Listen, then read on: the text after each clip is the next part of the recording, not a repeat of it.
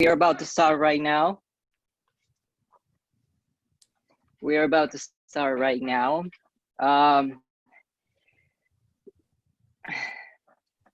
Welcome, everyone. We at the Program for Torture Victims, PTV, are thrilled to have you join us for today's special presentation. Founded 40 years ago, PTV provides trauma-responsive therapy, case management, medical care, and forensic evaluations for asylum-seeking immigrants who are survivors of torture. In today's presentation, we seek to deepen dialogue around power and bias within therapy to amplify a multitude of perspectives on healing outside of the Western Eurocentric theories and ideologies. My name is Sandra Ochoa. I am an advocate and case manager at PTV. And hi everyone, welcome. I'm Carol Gomez and I'm the clinical director at PTV and also a therapist and community organizer. Andrique and I will be co-moderating this event. And while Robin is giving a presentation, we will be muted. We all will be muted except for the moderators and staff during this time. We welcome you to direct your questions or comments throughout the presentation in the chat box. I will be, both Andrique and I will be funneling the questions to Robin during the Q&A after her presentation is done. We will try to get to as many questions as possible, but given time, we may not be able to do so for everyone. So just bear with us and be patient. But welcome and thank you for being here. Yeah, hi everyone, I'm Tara, I'm a program manager at PTV. This event will be recorded, it is being recorded right now, and we'll be sending you the recording after. You can feel free to leave your video on or off, whatever you're most comfortable with. Everyone is on mute at this time, as we mentioned, and we'll be able to request you to unmute if you have anything you want to say during Q&A. You can raise your hand on Zoom or physically on camera. If you have any issues hearing audio, please make sure that your device is connected through device audio and not your phone or call-in. If you're having internet connectivity problems, you can consider moving closer to your Wi-Fi or use an Ethernet cable. Alternatively, you can call in to listen to this meeting. I'll be sharing the number again in our chat box. And now let's welcome our main speaker today, Robin Chancer. Hi everyone, I'm Robin Chancer. I'm a therapist with PTV, and thank you all very much for being here with us today. To get started, I would love to get a sense of who you are, who all is here with us. So we have a short poll for everyone to fill out that asks you who you are in your community. You might be able to choose more than one, but if you don't mind taking a couple minutes to fill that out, that would help me a lot. I initially planned this presentation as a roundtable discussion for a conference that's happening in November. And then that conference got moved virtually, so I changed it to more of a virtual friendly format. And then we decided to let it evolve and have our own virtual event. But my goal is still to have some sort of dialogue as much as we can on Zoom. So I'd love to get a sense of who you are so that I can know what's most relevant to you and we can tailor it to your needs and interests. And as Carol said, during this presentation, if you have thoughts or questions that come up, please feel free to share them in the chat box. And then after my presentation, after about 45 minutes, we will open it up for discussion, and that will be another 45 minutes of time for us to engage together. So looking at the poll, it looks like we have a great diverse group of people here, therapists, case managers, administrators, participants in therapy, educators, healthcare workers, and others. I'm sorry, I wish we could allow you to tell us who you are, but we couldn't figure out how to do that with the poll itself, but hopefully afterward we'll have a chance to do that. So thank you all very much. And you should hopefully be able to see my screen now, which is my slide presentation. And I'm calling it Therapy and Justice, Unpacking Western Bias and Expanding Healing.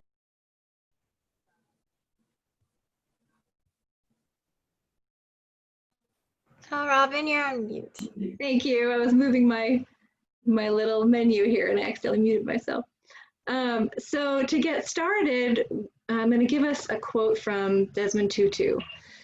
There comes a point where we need to stop just pulling people out of the river. We need to swim upstream and find out why they're falling in. So one of the centering questions that I think about in framing this conversation is, how has your race shaped you as a therapist? This is something I would love for us to just start thinking about and to share as we have our time together at the end to dialogue. And to get us thinking about that, I wrote down some quotes from Audre Lorde from Sister Outsider. And this is from a letter that she wrote to her own therapist, who was a Black woman. I can't tell you how many good white psych women have said to me, why should it matter if I am Black or white? Who would never think of saying, why does it matter if I am female or male? I doubt that your training can have prepared you to explore the tangle of need, fear, distrust, despair, and hope which operates between us, and certainly not to the depth necessary.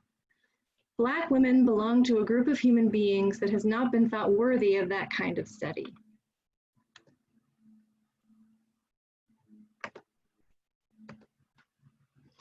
So let me give you some introduction to why I wanted to have this discussion. I approach this topic from a place of humility and searching. My goal is to foster dialogue. I am not an expert so much as wanting to continue to foster this discussion in our field. I've been working with recent immigrants and asylum seekers for almost 15 years. And not long into my career, I began to see how little of my training was relevant to the people I see. I'm aware that many US trained therapists like me lack exposure to non-Western paradigms of healing. We may receive passing trainings on cultural competence, but rarely engage in depth on issues like anti-racism work or culturally specific methods to foster well-being. As recently as last year, let me move this. I've heard white therapists say things like, I relate to everyone as a human being regardless of their race. We really need to separate politics from our relationships, and I'm really uncomfortable talking about issues of race. Negative interactions, microaggressions, and cultural ignorance are commonplace in therapy. A few examples that come to mind for me as I think about this. A friend once told me about her first session with a white therapist. And when she told the therapist she was from Mexico, the therapist responded, "Oh, that's such a beautiful country." She was taken aback and did not return to this therapist. Her thought here was, what if I have had bad experiences in Mexico? What if I don't think of Mexico as a pleasant and beautiful place? To her, the therapist having that instinctual reaction let her know a lot about this therapist and that she wasn't necessarily present with my friend as her client in her experience. Noah Halpin, who's founder of This Is Me, a transgender healthcare campaign, recently shared on Twitter a very intrusive experience with a psychiatrist. During the first appointment with this psychiatrist, Halpin was asked a series of explicit, what he called voyeuristic questions about his sexuality, such as, do you watch gay porn? And things like, what positions do you like? And the psychiatrist wanted to know in detail, and he was told that he had to answer in order to proceed with hormone replacement therapy. Another example is a client of mine recently challenged me saying, I don't appreciate your suggestion that I go for a walk or run outside. You must not fully understand how dangerous that is for me as a Black man. And we had been talking about COVID and maintaining mental health during quarantine. And so I had thrown out some ideas such as being outside and getting exercise outside. And my client let me know how short-sighted that was considering his experience. He was saying, I wear an ankle bracelet because of my immigration status. It's really not safe for me to walk or run outside in the park. Last year, I attended a conference with others who work with refugees and asylum seekers. The presenters were white, and they referenced the work of white men and women. So I noted this in a discussion, and their responses were illuminating, I thought. A white therapist said, I always think it doesn't matter our skin color. I connect to each person as a human being, kind of wanting to say, I don't really see color in it, and I don't think it's relevant most of the time to therapy because I can relate to everyone as a human. And then a Black therapist replied, if you said that to me, I would wonder, Do you see my race? Do you see my gender? Because those things are very much present for me in the room. And then one of the lecturers became what I perceived as defensive, saying, what, should we give up our jobs and give them to our clients? Then he said, why don't we center the voices of plants and animals? Which I guess was his way of saying, you know, if we're going to center our clients, then why not anything? Why not plants and animals? And this really stuck with me. It was sort of the triggering moment that made me want to have this discussion and to further these topics in our field in general. So I thought I would cover a brief history of Western bias in psychotherapy. Many of you may already know a lot of this, but it helps me to review it just so it's clear and fresh in my mind. Historically and around the world, emotional healing was often cultivated through a variety of community healers, shamans, and spiritual teachers. Such approaches tended to foster a sense of care, belonging, and meaning. The professionalization, medicalization, and commodification of psychological treatment emerged through colonial capitalist forces. Beginning with Freud, the psychotherapist established himself as the expert, with the authority to diagnose and treat. Through colonization, the Western medical model was spread throughout the world, dominating and silencing countless paradigms for conceptualizing mental health and wellness. So here we have a cartoon that was printed in the New York Times in 1955 by Marcus Edwin called Darkest Africa, and it shows the way that the artist perceived the Western powers as viewing Africa as this giant black blob of unrest and nothing more nuanced or specific than that. There's a wonderful article that's listed at the end of my slides called History of Psychiatry in Indian Perspective, which delves deeply into this history and relates it to India in particular. And one of the quotes from that article that really stuck with me was, "The colonial bid to prove its legitimacy as a civilizing mission led to representation of European medicine as morally superior to the Eastern practices, resulting in a biased history. Although in reality, the history of psychiatry is heterogeneous and consists of many different scientific and cultural traditions, which vary between populations." There's also a wonderful article that was also in the New York Times, I think, in 2012, called The Americanization of Mental Illness. That author notes that we have for many years been busily engaged in a grand project of Americanizing the world's understanding of mental health and illness. We may indeed be far along in homogenizing the way the world goes mad. So here I've brought together some pictures of the people that I studied in my training. I went to the University of North Carolina, Chapel Hill, and graduated in 2006. And these were the people who we studied in depth. We read their works critically, we practiced their theories, we studied all of the context of where they came from. And as you can see, they all have something in common.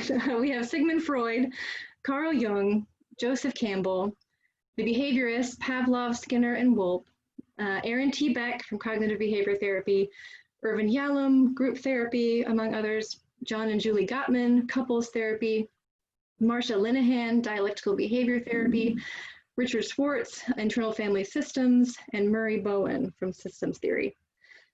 So looking at them together helps me see and think about, you know, who did my educators think were the most important voices in our field? Who did we learn were the people who were the experts, the people whose minds and work deserves lots of attention and practice and study and research? These are some of the biases, some of the paradigms that such people held and that our field continues to hold today. Some of the messages that they use to frame mental health. There's a large emphasis on individualism versus community belonging, autonomy versus interdependence, the mind-body Cartesian split, the I think therefore I am, that the body is more of a vessel for the mind, which makes Western therapy very head-heavy, a lot of patriarchal emphasis on linear thought, reason, and logic. There's the codependence versus differentiation paradigm of relationships, heavy emphasis on developmental models, the minimized impact of politics and history. Illness is viewed as a personal aberration rather than a response to a harmful system. There is an assumption that the therapist is somehow neutral or ahistorical.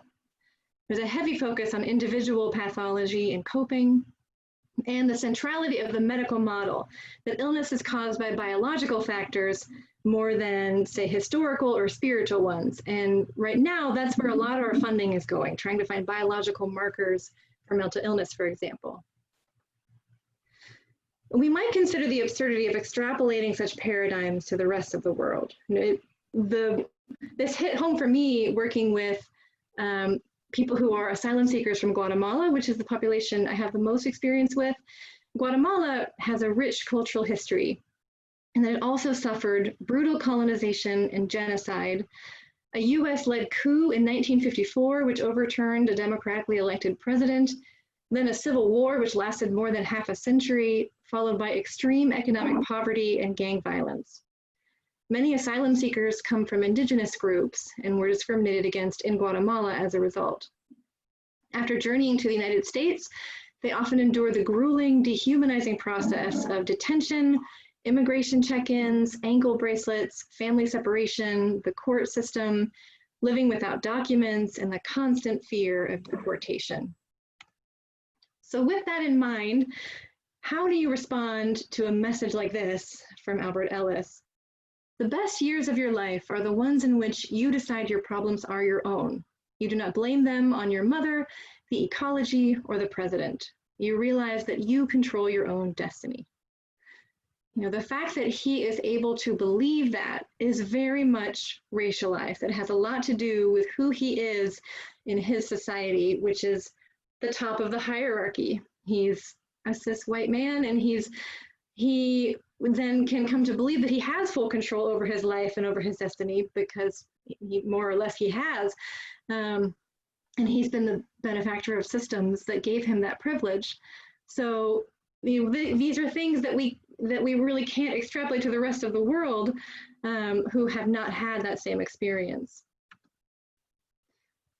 There's a wonderful Instagram feed called @decolonizingtherapy by Dr. Jennifer Mullen, who's really wonderful. I would highly recommend following her. And she recently posted this quote, which hit me hard. There is a real violence in continuing to allow white male theorists to take center stage in the mental health world. Psychology, social work, and counseling have really done a disservice by being complacent with who we want to hear from, who we push through, and who we are hiring.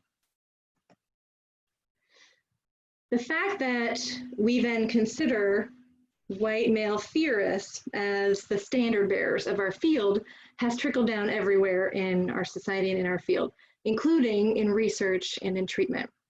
This graph represents the psychology workforce, which is still over 80% white, which is not representative of the US population. And then Heinrich Heine and Norenzayan note that individuals from weird societies, which stands for Western, educated, industrialized, rich, and democratic, make up 80% of samples in psychological research, though they are only 12% of the world's population. A lot of that has to do with the fact that a lot of psychological research is done on university students because of access primarily, but also that's where the research is happening and where the funding is. So we take psychology students often or university students and we say whatever is true of them must be generalizable to the rest of the world, even though they are not representative of the majority of the world. And there's few signs of this changing in the near future. The chair and the vice chair of the DSM-5 task force were white male academics. Most psychiatry residents are still white. And this shows up in our treatment as well, this bias. There's many studies that note that Black people are much more likely to be diagnosed with psychotic disorders and to be institutionalized. In my experience, many psychiatrists aren't even aware of this. There was one really important study from 2019 that reported that in their study, Black patients were 3 times more likely to be diagnosed with schizophrenia. And the race of the interviewer didn't make a statistical difference. So even Black interviewers overdiagnosed Black patients with schizophrenia. The biggest determining factor was whether the interviewer perceived the patient to be honest. Interviewers consistently perceived Black patients to be less honest than whites. And the conclusion they draw then is that these findings point to the potential importance of the patient-clinical relationship in contributing to race-related disparities in the diagnosis of schizophrenia, which appears to impact such disparities as much, if not more so, than the clinical presentation of the client. So something is very much going wrong in our ability to connect and to create trusting relationships across populations. And it may very well be that Black patients are less likely to trust us, which might make it seem as if they're sharing less. This is my theory, but they may have very good reason not to trust us. And we really need to look hard at what we are missing in terms of being able to connect and create positive relationships. We might think critically about the enormous harm that's been done by our field in the past and now. Hysteria, for example, introduced by Freud, silenced women and interpreted their physical symptoms as psychological pathology. And this really started us off on a long sexist footing, whatever the metaphor might be. But there's a book called Doing Harm about gender bias in the medical field that goes into this very in depth and talks about how what we now know is that likely many of Freud's clients were women who were suffering from very real things, such as sexual abuse or autoimmune disorders. But because Freud and the medical field couldn't figure out what it was that was causing their symptoms, they then lumped them into this category of hysterical patients. And so they must have something wrong in their minds. And this continues today in our field, in the medical field, that if things are not medically explained, it must be something psychogenic, when the truth may be that we just don't yet know what's causing the symptoms. Autoimmune disorders are a pretty recent development in terms of medical discovery. And this continued on through things like conversion disorder and the somatoform disorders. I can't tell you how many clients have been referred to me because their doctors told them that whatever they were experiencing was all in their heads. So they come to see me not only suffering from whatever pain they're in, but then also thinking I must be crazy. There must be something psychologically wrong with me, and that adds an extra layer of silence and shame when they are clearly suffering from something very real, and it may be that the medical field is what is at fault. And then there's also the fact that the DSM labeled a range of sexual identities as psychological disorders, including homosexuality and transsexuality. This continued to be true up until the 1980s, and it had a long history of damage in our society and around the world. It's worth considering then how the mental health field has been, number one, a tool for assimilating many to colonizer culture. Colonizer culture being white, heterosexual, cisgender, and male. So those are the people who are viewed as standard human beings, and everyone else is other. And so mental health then has been used to say, well, you must try to get yourself closer to normal, closer to colonizer culture, because then you will be healthy. Then you'll be a normal human being. And our field has also been, number two, a palliative measure to keep people from addressing the injustices in our society. Because if we focus on individual pathology and individual coping, we're not then addressing the injustices in our society that may be causing a lot of the suffering in the first place. Let me close the window, there's some noise outside. So as we think about this, I would encourage us to think about our work and our relationships, and to take some time to reflect on, with whom do you find yourself having trouble connecting? We all have those people. We all have people that we automatically connect with more, and people that we struggle to do so with. If you pay attention to your physical and emotional responses to clients or to people you interact with at work or in your life, where do you find yourself shrinking away or getting defensive? Where do you find internally that you want to look away? Where do you lack cultural knowledge and vocabulary? When have you been challenged by a client, and how did you respond? I think about an example for me. I recently had a client who was a Black woman sharing that she felt like she was being overlooked at work, that she was not being groomed for leadership positions as some of her coworkers were. And I noticed that as she talked about this, I started to feel a little shifty, like I started to feel tense and uncomfortable. And I started reflecting on that a little bit and trying to figure out why that was. And what I came to is that I think I was feeling helpless and I didn't know how to help in this situation. And for that reason, it was hard for me to stay as present when that is not at all what she needed. What she needed was for me to be present and to validate the socio-political reality that she was experiencing. So I would ask us to consider that. And if you feel comfortable sharing later, please do. The therapeutic relationship then can be a place of violence. If our field is dominated by white theorists, researched primarily on white people, and led by predominantly white leaders, it is impossible that white therapists would not internalize a sense of superiority. We then replicate the dominating, colonizing dynamic in our therapy. This is another quote from Audre Lorde.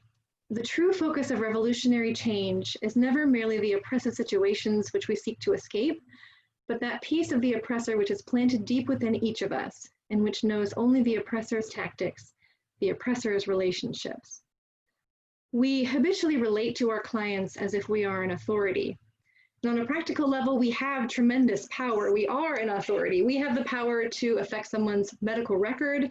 We have the power to institutionalize them. We might be able to impact whether they have employment, their immigration status, whether they can keep their children. Like it or not, we have enormous power. And if we are not thoughtful and careful, we can recreate the dominator-dominated relationship, however well-intentioned we may be. We may silence, minimize, deflect, and commit microaggressions. We may disconnect people from their most vital healing sources. Dr. Jennifer Mullen puts it like this: white therapy will leave us feeling gaslighted, inadequate, disconnected, and dead. One of the ways that we might do this is through the white savior complex. Teju Cole, who's a Nigerian-American journalist and photographer, wrote about this in 2012, starting with a series of tweets, and then he wrote an Atlantic article about it. And I wanted to read the tweets because I find them really powerful. From Saks to Christoph to Invisible Children to TED, the fastest growth industry in the US is the white savior industrial complex. The white savior supports brutal policies in the morning, founds charities in the afternoon, and receives awards in the evening. The banality of evil transmutes into the banality of sentimentality. The world is nothing but a problem to be solved by enthusiasm. This world exists simply to satisfy the needs, including, importantly, the sentimental needs of white people and Oprah. The white savior industrial complex is not about justice. It is about having a big emotional experience that validates privilege. And here you'll see a couple of photographs. The one on the right is of a protest in Nigeria. The one on the left is of a young white man surrounded by smiling Black children, holding one who is faceless, standing above the crowd, looking as if he's there to save them, to protect them, and they're all grateful for his presence. It's a great illustration of what the white savior complex looks like. An example he gives is the white savior industrial complex is a valve for releasing the unbearable pressures that build in a system built on pillage. So it comes from our enormous sense of guilt and shame. We can participate in the economic destruction of Haiti over long years, but when the earthquake strikes, it feels good to send $10 each to the rescue fund, when really those who are being helped ought to be consulted over the matters that concern them. Part of the danger of the white savior complex is that it feeds the fallacy of white innocence. That is the idea that white people want to believe they are innocent. We have a very hard time accepting the harm that we have done and that we continue to do. And there's this automatic knee-jerk response to want to say, I am different. I am not one of the guilty white people. I see this now in so much response to the Black Lives Matter movement and to the death of George Floyd. There's this instinctual response to say, but I am not racist, and my community is not racist. There's this defensive reaction of, I have to defend myself. I have to believe that I am innocent, and I'll do whatever that takes. But if we're driven to believe we are good, then we are more likely to deny our mistakes, to minimize others' pain, and to become defensive. And this can be incredibly damaging interpersonally and socially as well. If we think about, for example, Emmett Till, that was another example where it fed the stereotype of the innocent white woman and the dangerous Black man. Or what happened in Central Park recently, it then feeds again into that narrative, and it can perpetrate enormous violence. So then how do we rethink things? How do we reconceptualize treatment? It's not easy, but I wanted to start to talk about ways that many start reconceptualizing therapy and mental health treatment. Dr. Jennifer Mullins says, therapy is a deeply political experience. We cannot heal drinking from a poisoned river. I would encourage us to think about, what would it look like if we decentered white voices and imagined therapy as a vehicle for justice? What would we do differently in the structure of our therapy? What would we change in the language we use? And where would we advocate for policy change? Here are some people who have been doing that and did do that for many decades. Mamie Phipps Clark and Kenneth Bancroft Clark used their research in the groundbreaking Supreme Court case, Brown versus Board of Education, that desegregated schools. Martha Bernal was the first Latina woman to earn a PhD in psychology, and she wrote extensively about multicultural psychology and ethnic identity. Beverly Daniel Tatum wrote, Why Are All the Black Kids Sitting Together in the Cafeteria? And she argues that racial identity is crucial to the well-being of children. Harold Napoleon wrote Yurak, The Way of the Human Being, and he explores collective trauma resulting from genocide, ancestral trauma. Another important figure was Ignacio Martín Baró, who was a Jesuit scholar and psychologist, and he conducted research on Salvadoran campesinos. He pioneered a field he called liberation psychology.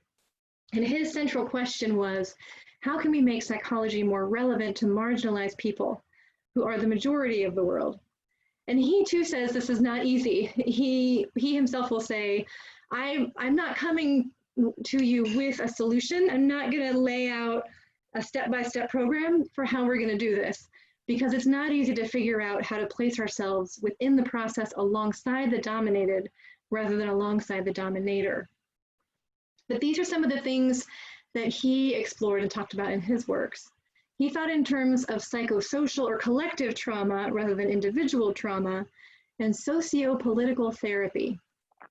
He says, it becomes hard, more or less implicitly, for the disequilibrium inherent in social struggle not to be interpreted as a form of personal disorder, and for the conflicts generated by overthrowing the social order not to be considered as pathological. So he's saying there is a normal human response to oppression that we often interpret as a psychological disorder, as a pathology, when it is nothing of the sort. It is a response to a pathological system.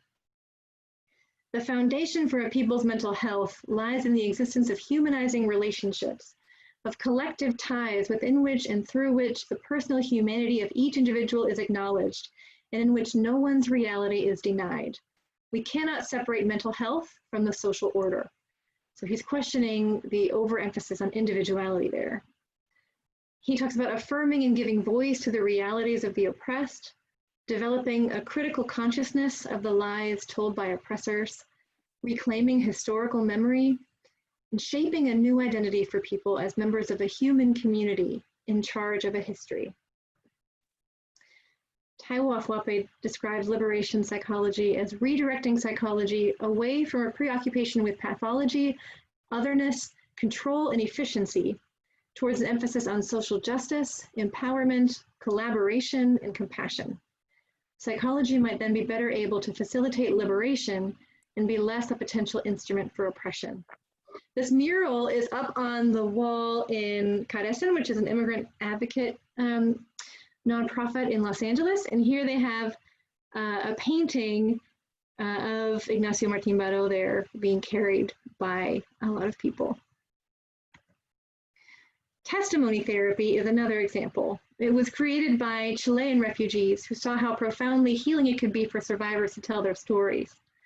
It involves listening to the story with a strengths-based focus, reframing as we might do in narrative therapy, so talking about resilience and strength and overcoming, and then transcribing or creating a book of the story. So they would often recommend using covers and a spiral bound or some sort of binding so that it can be presented as a book and then given to the client. And they describe the process as transforming private pain into political or spiritual dignity. So it shifts the focus of therapy to the political, not so much the clinical. The story can also be used to help others, or in a legal case to build evidence against violence and oppression. I often think about this in working with asylum seekers, where we will do a forensic psychological evaluation and then write up a psychological report and submit it to their attorney for their case. And this can be an enormously healing process for a lot of people. It can be extremely difficult, and it can also be a way for people to feel that they are using their story for good, for their good and the good of their family, and also to raise awareness, to fight for their community. So participating and advocating legally for people can be one way to use this. This type of therapy has been used and researched with many different populations now. A 2017 study with Khmer refugees added a Buddhist ceremony to the therapy and was shown to be effective in reducing anxiety, depression, and PTSD symptoms. It can be brief, adaptable, and it can be used with many different populations, even in low resource contexts. And lastly, some other things that have been shown to be crucially important is connecting to ethnic identity. A recent study conducted by the University of California found that discrimination causes psychological effects in children as young as 7, including anxiety and behavior problems. The study found, however, that children's level of identification with their racial and ethnic groups buffered these effects so powerfully as to make them nearly disappear. The more children were anchored in their history and culture, the less discrimination could hurt them. Social support and collective identification has protective power for many oppressed groups, including women, lesbians, gay men, and international students in the United States. That's just a brief overview of some of the literature reviews that I came across. So now we're going to open up the discussion, and I've written down some discussion questions to help spark the discussion, but feel free to say anything else that you add your own questions or own comments. I would be happy for that. I would highly encourage that. Our moderators, Carol and Andrik, have been reading the chat as I've been speaking, and they will be trying to address everyone's questions. Because of time limits, we might not get to everyone, but we will certainly try our best. And folks, because we still have the share screen PowerPoint on our screens, it would be a little hard for Andrik and I to be able to see raised hands. So if you could use the icon of the raised hand on the bottom, on your chat function, I think, go ahead and do that. Otherwise, type your question into the chat, or let us know in the chat that you want to speak, and we can also more easily see you that way. Thanks. It's helpful if I stop sharing. Well, I don't know. The questions are actually really useful. Okay, sure, I'll keep them up for a while.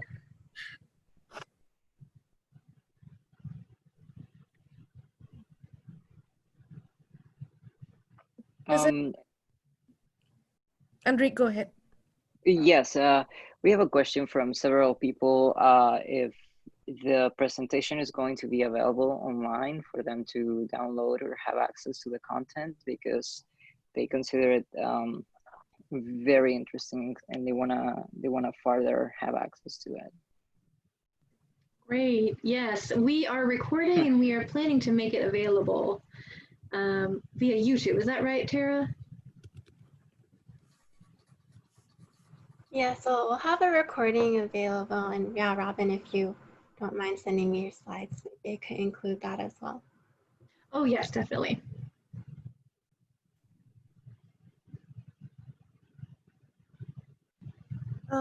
Tara or Robin, do you have the ability to paste the questions into the chat? Oh, sure. And then we I can, do that. Elaine and Pierre have suggested that as a good way to put us all back on screen. That's a great idea. Okay. We have a couple of questions that prefer to remain anonymous. I will pass them along to you. First of all, first one is, what advocacy is being done to educate donors on different ways of supporting non-white clients? That is a great question. Carol, I wonder if you might speak to that a little bit. I know more about PTV in particular than other groups, but I'd love to know your thoughts. You know, I don't know if I have like a real solid answer for that, but I understand the question because I don't see it in the chat. But it's about educating donors on supporting non-white folks.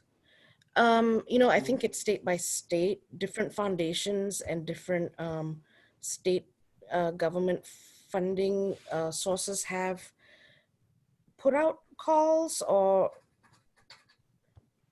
are open to holding discussions on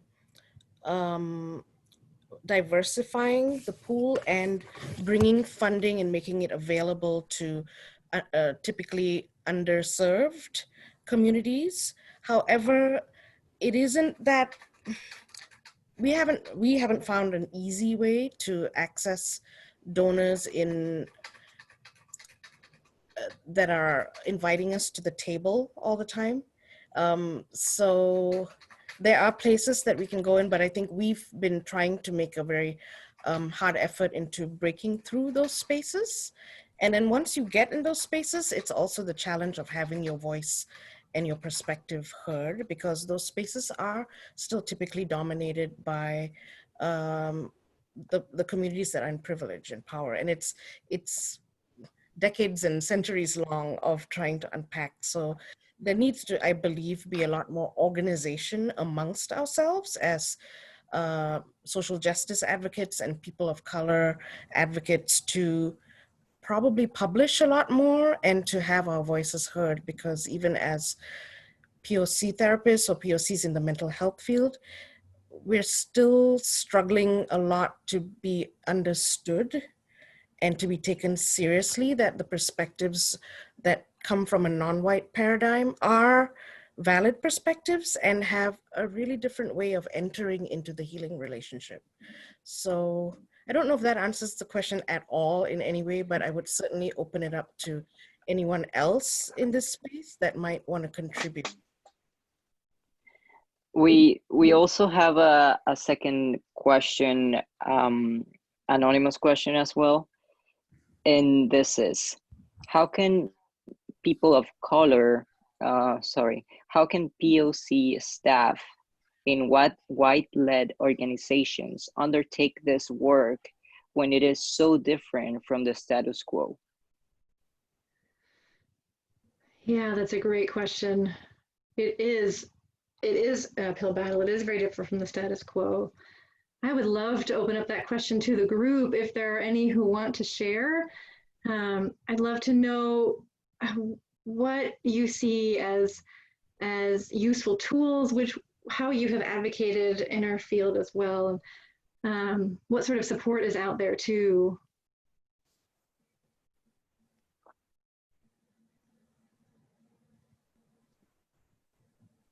Yes, thank you. And Andrique, would you be able to type that question into the Everyone forum so that people can reflect on the question as well?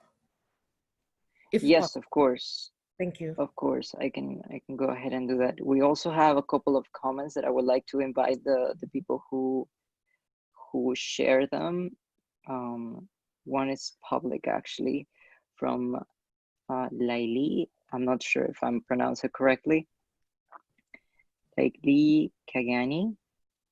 And I don't know if she would like to, if they would like to add to our conversation or speak about it a little bit more around the subject of spirituality. And also I have a couple of comments as well. Okay, let me go ahead and type that. And our first comment is, I don't know, Adriana, do you want me to, can you send a message if you want me to share this comment? Because I am not sure if when you're sending it private, in a private manner to me, please note if you want it to be anonymous, please. Okay. Do we have any other questions or raise hands at this moment? It might be a good idea to go question by question so that folks can kind of focus. I've seen a couple things in the chat as well, wanting to know more about story-based therapy and specifically the study on Khmer refugees. I can definitely send some links when I send the slides to Tara, and we can post that into our the recorded presentation that we post later. And I guess we'll go ahead and read Layla's question because I'm not sure if she wanted to, Layli's question, if she wanted to read it herself, but here it is. Can we also include a discussion of spirituality? It's often very difficult for individuals to feel they can bring their faith or spirituality into the therapy room.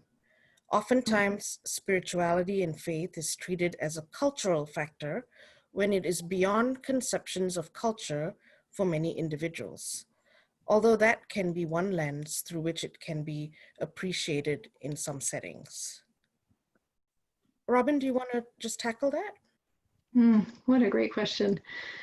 It's true. It does get sort of otherized too, that, oh, this is just sort of a cultural idiosyncrasy instead of central to people's well-being. So it is something that I try to explore in therapy with each person and to get a sense of how they view healing and where they get sustaining healing. And faith and spirituality is often absolutely essential to that. So I do spend a lot of time exploring it, just asking questions, talking about their history, where they have found it helpful, if there are things about their spirituality that have been difficult for them to make sense of. And sometimes that leads us into, if you've ever read The Spirit Catches You and You Fall Down, there's lots of great moments like that in that book where they talk about how we can't separate that from the medical model. We can't say there is spirituality and then there's medicine and there are two different things. It would have been way better for the people, say, presented in that book to say, how can we integrate these? How can this be part of the holistic view of healing for them? And the family themselves said, we need a little bit of medicine and a little bit of our spirituality. That's the way we do healing. And I've had people say to me, I think the symptoms that I'm experiencing are the result of a curse that someone put on me.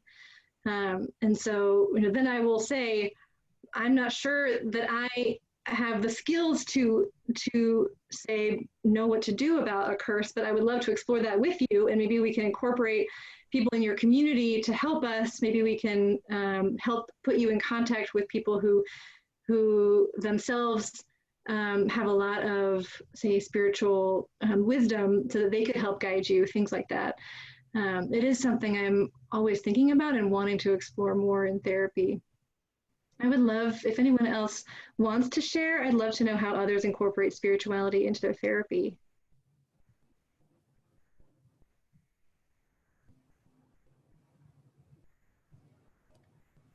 I know I definitely, oh, I'm sorry. I think Muriel had her hand up. And we'll have to unmute Muriel.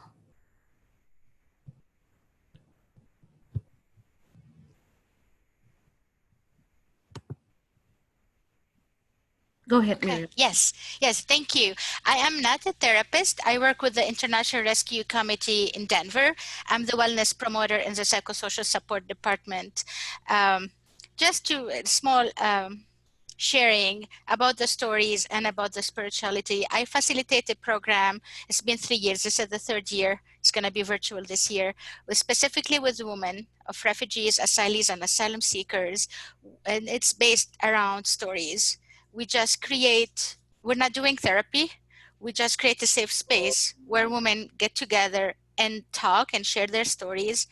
And even based on lots of research, as you all know, probably, that this kind of therapy, that's like the holistic well-being of refugees, proved to be more helpful than like the one-on-one classical therapy. And we're seeing great improvement. And during those meetings, we have a big space for spirituality where women can express any kind of spirituality they have, any kind of need, any kind of thing they believe that would help them and help the group.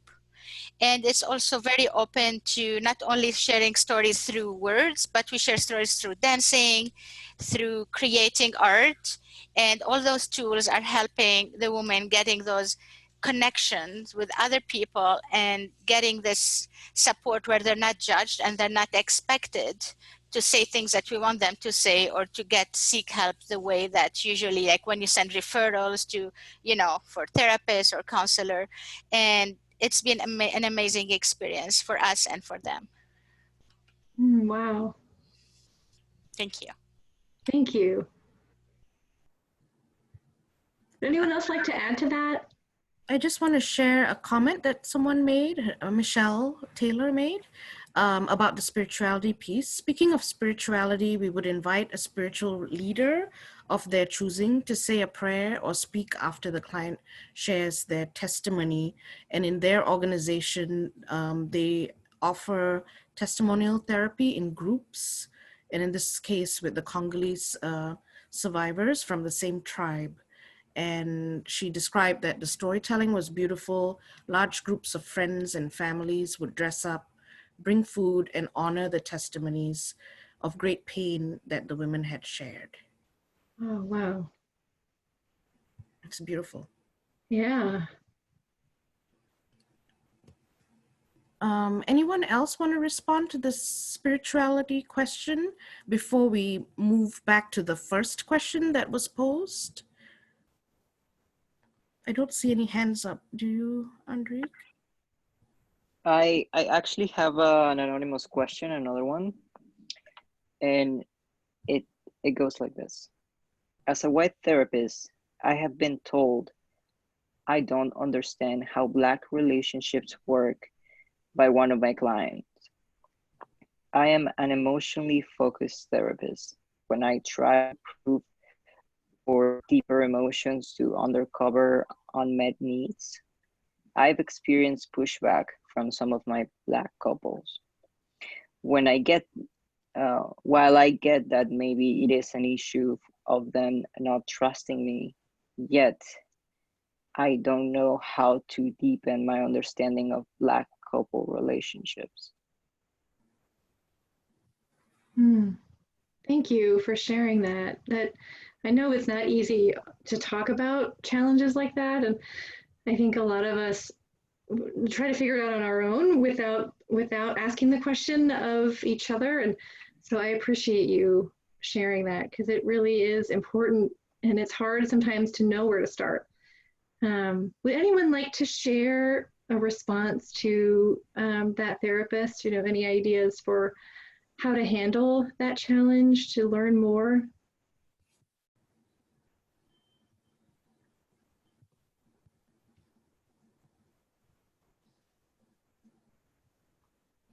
It might be a process of unmuting too. Yeah, I think there's also an issue with copy pasting in the chat. It is not possible to just copy paste, which has been limiting. But there is another comment from I Yes. just have a request from someone in the group that we go in order for the questions so that so we answer it fully before jumping to the next one. And we did miss one of the questions that was posed earlier. So I'd say let's go back to that one. So before we jump into the following and make sure that we close it out.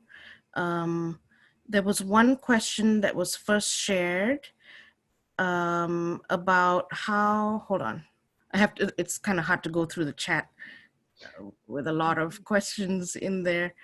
How can people of color staff in white-led organizations undertake this work when it is so different from the status quo? Mm-hmm. And let's open that up for discussion before we jump to the next question. And I would like to ask if anyone from the participant groups here would like to share. I saw Elaine had her hand raised. They may have unraised it. I'm not sure. I think Elaine was raising her hand about the other question that Okay. another question. And Elaine, if you are raising your hand, just unmute, just type in a chat saying you want to answer this question. If I don't see it, then I will move to someone else. I will tackle that question if no one else wants to jump in. As a person of Someone color, else has a raised hand, sorry. Sanite? I believe Sanite had a raised hand based on the spirituality question, but I will let her speak if she's, I will go, sorry, this is awkward.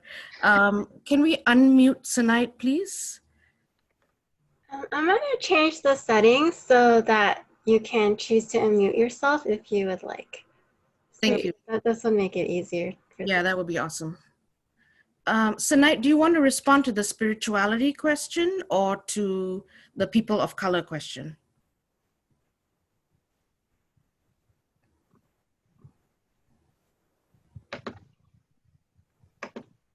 I'll go ahead and answer the people of color question and then we can move on. As for people of color working in predominantly white settings, I totally understand how difficult it is to challenge the status quo, especially if you're in a minority position and you don't have a cohort to be able to challenge it, because it is pushing against centuries of embedded theory and embedded practice. Carol, can I speak? I'm sorry, I have. Can you let me finish and then we'll let you. Okay, thank you. So I would say that it's not easy organizing amongst. Finding allies is a really useful way of getting your voice and perspective magnified. Be very, very prepared for a tremendous amount of pushback that can be very, very emotionally taxing and very demoralizing. I think one of the quotes that Dr. Jennifer Mullen had tweeted in her Instagram was about feeling depleted and emptied or feeling kind of dead. And that is something that is going to be a parallel process for you as a therapist bumping up against the institution. And it's super important to resource yourself with allies who understand where you're coming from and can help with pushing the agenda forward. And I think it is crafting a way for the mainstream to be able to see that there are many ways of entering into therapy, many, many ways, and there is not just one. And when you're working with people of color in people of color spaces or queer spaces or indigenous spaces, everyone enters into the healing modality in very different ways. And most people understand that the field of therapy has been white dominant, For me as a practitioner, a queer and person of color practitioner and an immigrant, my first step is to establish trust in a culturally centered way that the person that I'm working with really wants to bring forward. Not necessarily how I want to do it, but really inviting people to share what makes it most comfortable for them, breaking down the barriers, acknowledging that there are barriers and there are socio-political considerations, and then moving from there. But it's not necessarily just one way of doing it. And I think recognizing that there are many ways of entering into healing is really, really crucial and important. And the ways in which our regulations and laws have also been crafted are from a culturally biased standpoint.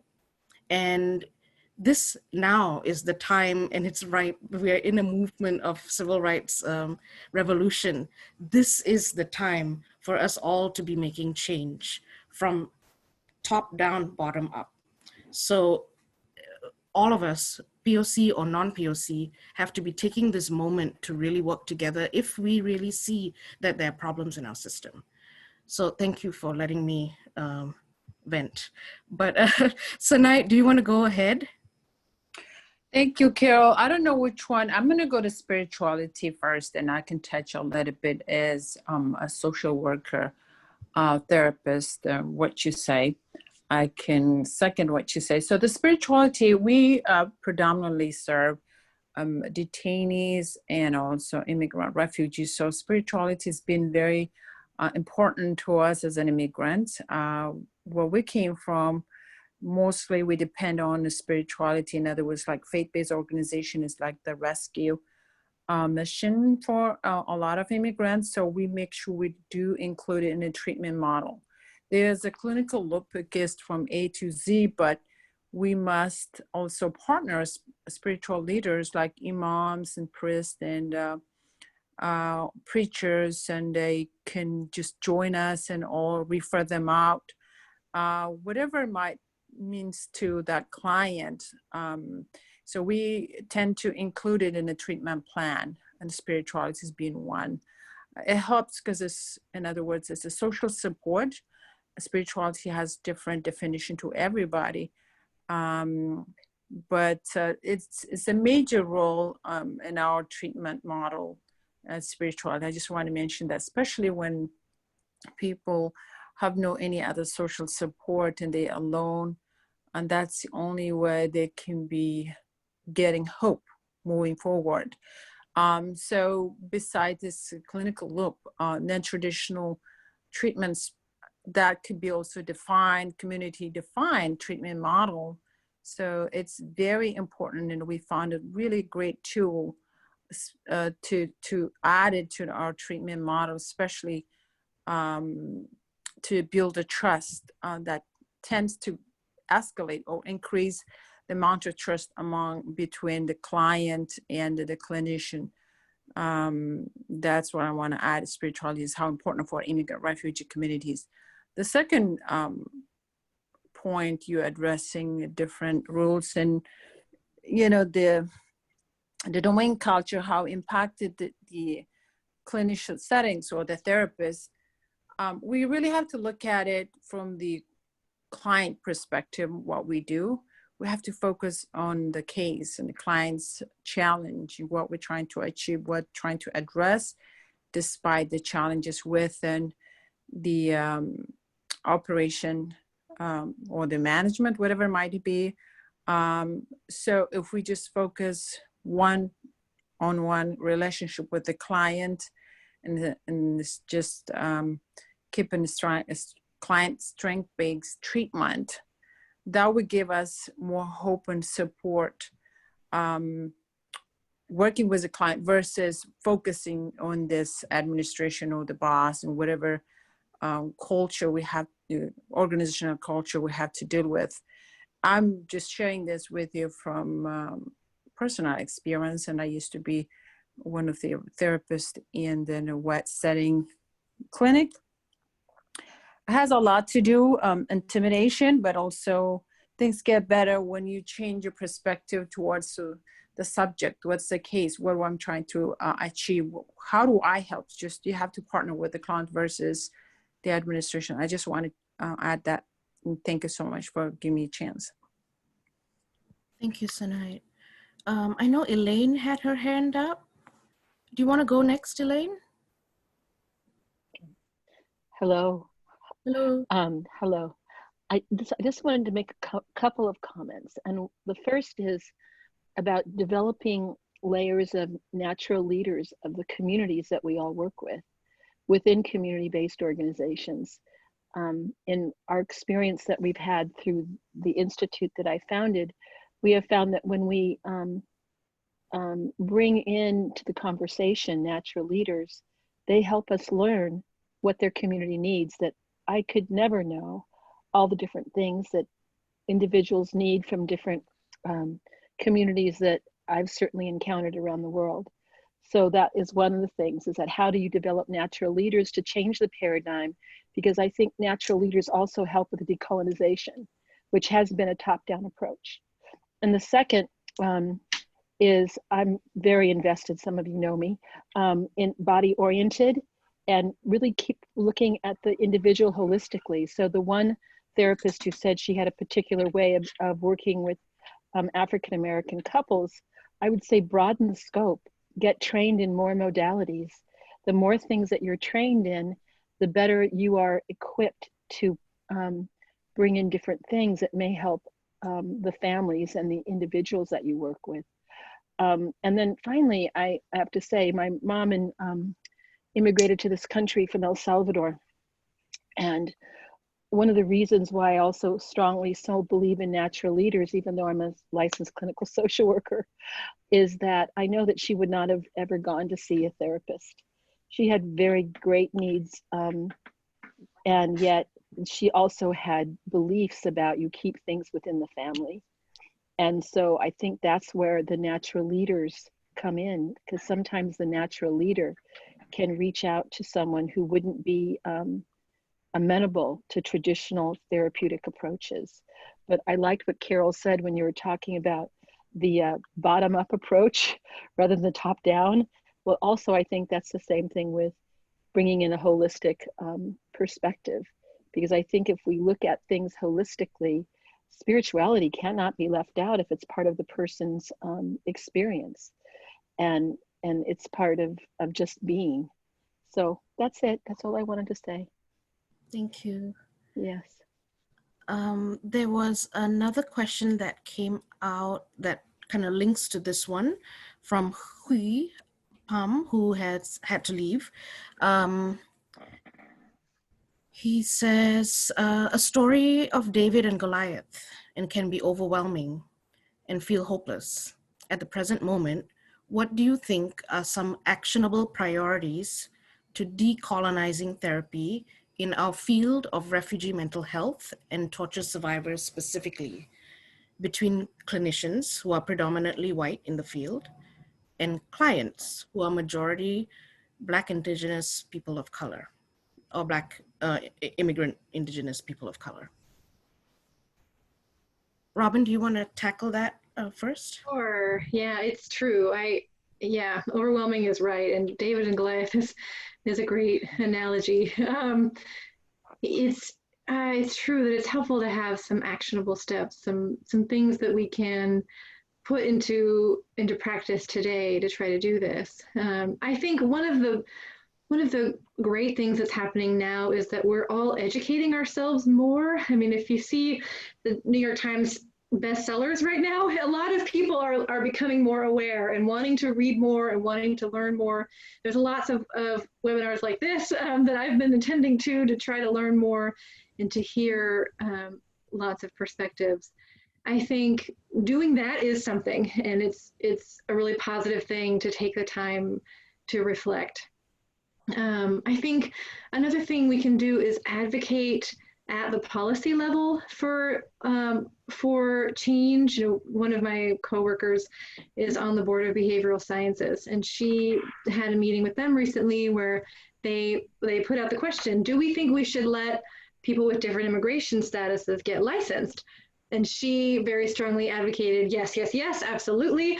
And that's one policy level action she could take to say, here's where we can start to make change. When we can, like you said, Elena, is we can start to have leaders across the board in all levels of our field, that is going to start to make change happen at a faster pace. I think for us, a lot of things as a field are the people who give us funding is another important question that was brought up earlier, because it is a problem. It's a huge problem in our capitalist system that mental health is tied to health insurance, is tied to documenting in a certain way so that you can report things correctly.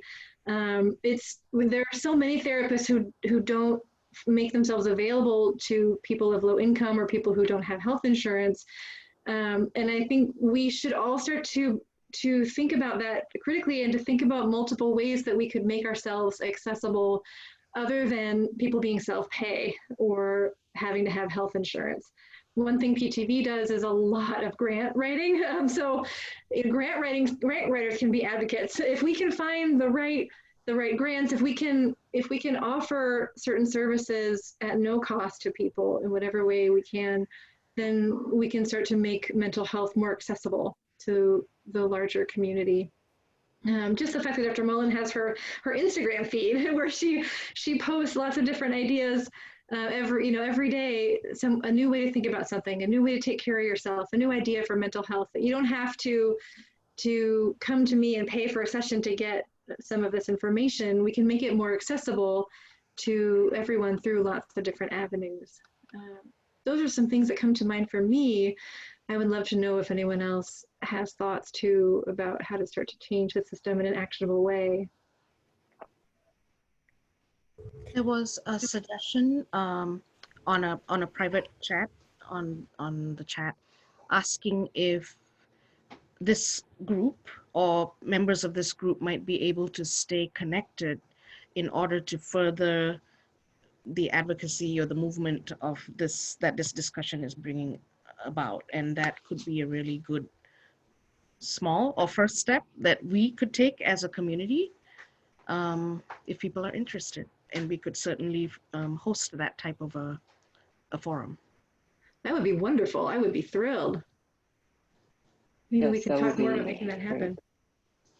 Power in numbers and also in reference to the David and Goliath story, there was a comment made earlier that I wasn't sure if it was private, but now I know that it wasn't. And I would like to share it since this person shared this comment, Adriana shared this comment a while ago. It was one of her first interventions. I don't know if go ahead. Andre. Can I share it right now? Go ahead. It says, I am an immigration attorney working with unaccompanied children. When drafting declarations for asylum and trying to elicit details from my young clients, I at times bring up the violent history of their country, Central American countries, to provide context for their stories.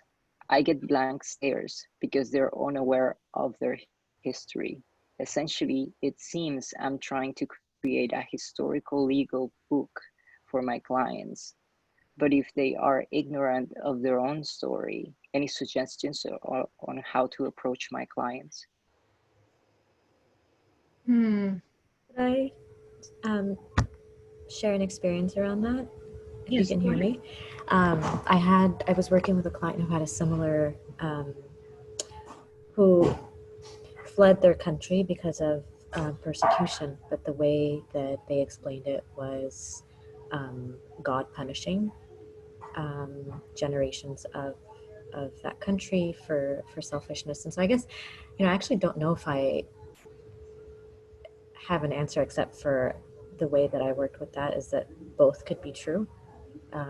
That her interpretation of the persecution could be, it was her reality of like an explanation based on religion or her faith, and then sort of in that process, because we were also working on an evaluation, was to explain why it's important to frame it in a different way for an audience that may not understand, her perspective. But I've come across that a few times. So I'm also curious what others think around sort of not imposing, not being in the position of saying you're oppressed and this is why. So that's been challenging for me. Mm-hmm. Thank you for that. I think recognizing the both and is the balance that we kind of strike or try to strike in the healing relationship. And as an attorney or even as a forensic evaluator, and we do forensic psych evaluations as well,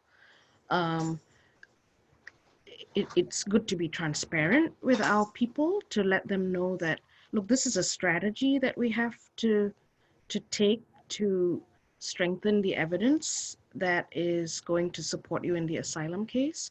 And I wonder if you're aware of the history of your country, or maybe you're not, it's too overwhelming right now because you're still healing and this may not be very important stuff to you, but this is the lawyer's strategy, and the lawyer is going to be talking about the history of your country. You can figure, just be open with folks around, this is where it is and this is why it's there. And they may or may not agree, but yeah, I don't know. That's just one strategy of kind of being transparent and being clear that it may or may not be the strategy that they are in agreement with. And then go from there with the discussion. But most folks, at least that we work with, at least in my experience, haven't really had the energy to go into the history, but most folks have an awareness that this is what's been happening in their political climate. I feel that most folks from other countries actually have more of an awareness of their political circumstances than people who live in the US, because of the way our media system is created, who controls our media here in the US, that we're kind of getting more and more cut off from reality and history. Indeed. Any other thoughts around that particular question? Yeah, I think in my role, I don't often do a lot of educating around history. I could see how an attorney might need to do more of that so that the client understands their own case. And I like your idea, Carol, of saying, so here's our strategy and here's the history I'm going to be incorporating, and then maybe we could use that to ask them, would you have anything to add to that from your experience, your knowledge of your country, so that we could incorporate that into our story too? Thank you. I found your suggestion very helpful. Usually the clients that aren't really aware, interestingly enough, are primarily my indigenous Guatemala little clients. And what I have found is high levels of alcoholism given my client stories again. And it may just be part of the residual effects of the concerted violence and the massacres that occurred there for that have been still ongoing for some time. And maybe this is not something that's discussed. Maybe this is something that is just suppressed, kind of like this is life. And right now, if we don't have the militia in here slaughtering us, this is all good, etc. Maybe, but they're really unaware. And it's interesting. So I've always wondered, when I broached it briefly, it's really blank stares. And I'm thinking, am I doing more harm? Do I remain quiet? Do I find a different a different particular social group to identify my client to state their claim for asylum, or I don't know, but thank you. This has been instructive. Okay, welcome, Adriana. Andrik, before we go to the next question, I just want to read out Pierre's comment because it links to this one. Pierre, do you want to read your own comment, or do you want us to read it? Sure. I don't mind reading it. I said, white-centered practitioners, we have to also do the body-centered work of deprogramming ourselves and addressing how white supremacy shows up in our subconscious mind. Because I keep on hearing that conversation around trainings and cultural competence, and it all goes back to educating the brain.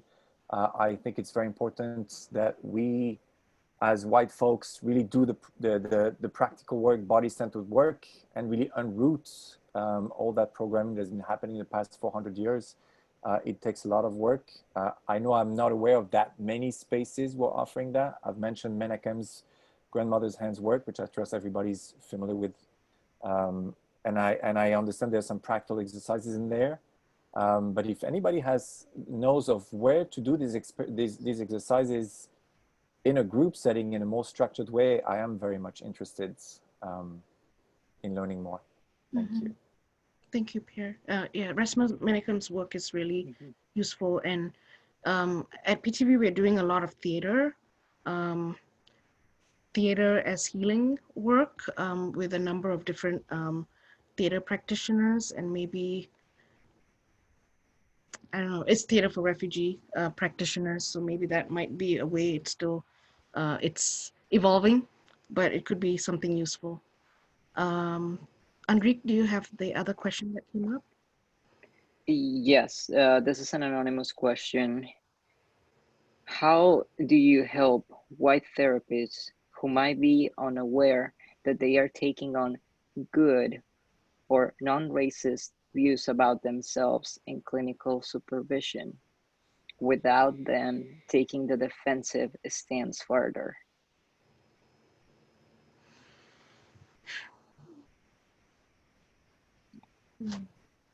Could you read that one more time? Yes, I'm sorry. Okay. How do you help white therapists who might be unaware that they are taking on good, between quotes, or non-racist views about themselves in clinical supervision without them taking the defensive stance farther?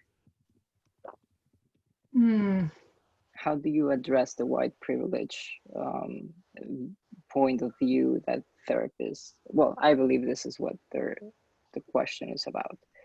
How do you confront a therapist that is not aware that they're playing the good non-racist card without escalating the conflict? Yeah, that's a great question. So it sounds like this might be a person who is a supervisor who's wanting to help her white supervisees get further down the road of understanding. It's true, and it's not easy because defensiveness is, in my experience, is often the first thing that happens. It's true.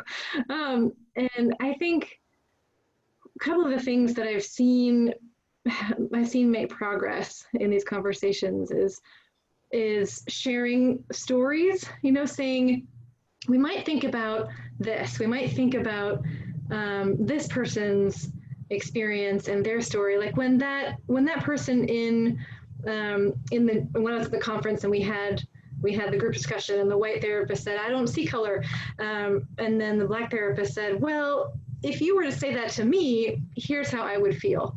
And I, as a white therapist, might say to a supervisee, if you were to say that to me in the room, here's what would go through my mind.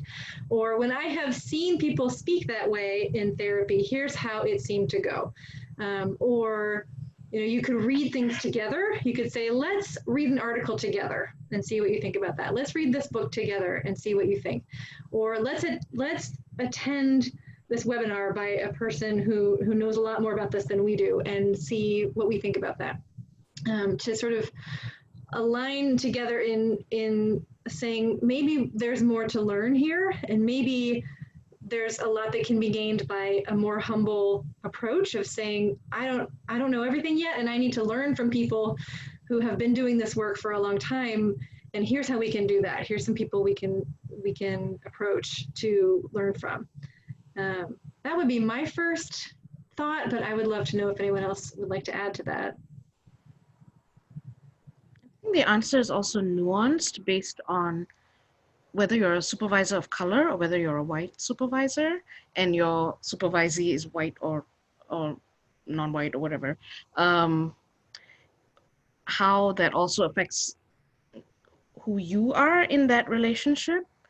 As a non-white person, I've had to have I've had interactions with like this in many settings, not only as a supervisor, but as a colleague and as a human being in life. It is, I don't see myself as not affected by a racist society. So I don't think I'm like super woke or super beyond being having prejudices and biases. So I try to ensure that I'm also reflecting on my own stuff, because I have a ton of privilege. I have a license, I have a master's degree, I went to school, I speak good English, I don't have an immigration. I mean, I do have some immigration vulnerabilities, but I'm not like likely to be deported tomorrow, maybe in a month. But so it's sort of to try to put a white person at ease. I've had to do a little bit of work, not like instilling guilt in the supervisory relationship, but this is, let's work it out together, because both of us are embedded in this system.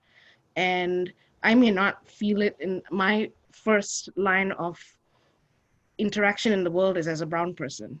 It doesn't matter that I'm queer, it doesn't matter that I have an education, doesn't matter that I speak English, doesn't matter that I have a master's degree, whatever. What you see is what you get, is what is perceived by other people in whatever ways. But as a South Asian person living in this country, I have a ton of privilege. I'm assumed to be a model minority. I'm assumed to be accepted into spaces that a Black person probably wouldn't be accepted to as readily as I would.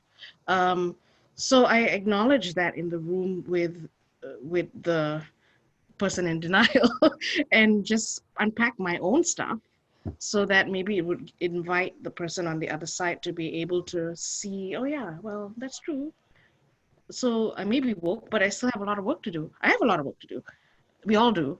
So it would be kind of impossible for any white person to think that they were beyond needing any work, or any brown or Black person to be beyond needing any work. This is lifelong work that we all have to do all the time. It doesn't just end after the 1 hour session. It's what we breathe in and breathe in and breathe out every day. It doesn't go away.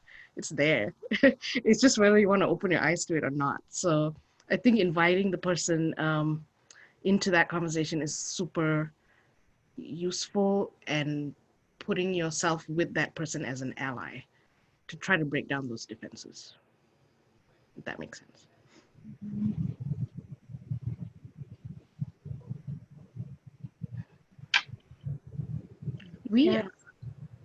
Are we about at time? We are about at time. We are like 2:30. I wonder if there are any last thoughts or comments. I don't know whether we got to I think we've probably missed a few questions, but we'll try to keep this forum going and have you guys back to continue this and maybe be more action oriented as we move through it. Thank you so much for participating. Robin, do you want to close out? Thank you all so much. I'm going to post some resources too when we post the recording. I wanted to also answer that person's question who had been challenged by a Black couple saying you don't understand Black relationships. I'll post a couple of resources that I found helpful. One is BEAM, which stands for the Black Emotional and Mental Health Collective, and they might be a great resource. There's also Dr. Tama Bryant Davis has a wonderful website and lots of instructional videos. So I'll post some resources too, and if people are interested, I would love to meet again and continue this conversation together. So maybe we'll think about some ways to do that when we post the recording too. Okay, thank you all so much, and feel free to get in touch with us anytime. Bye. Thank you. Thank you all. Receive an email from us soon.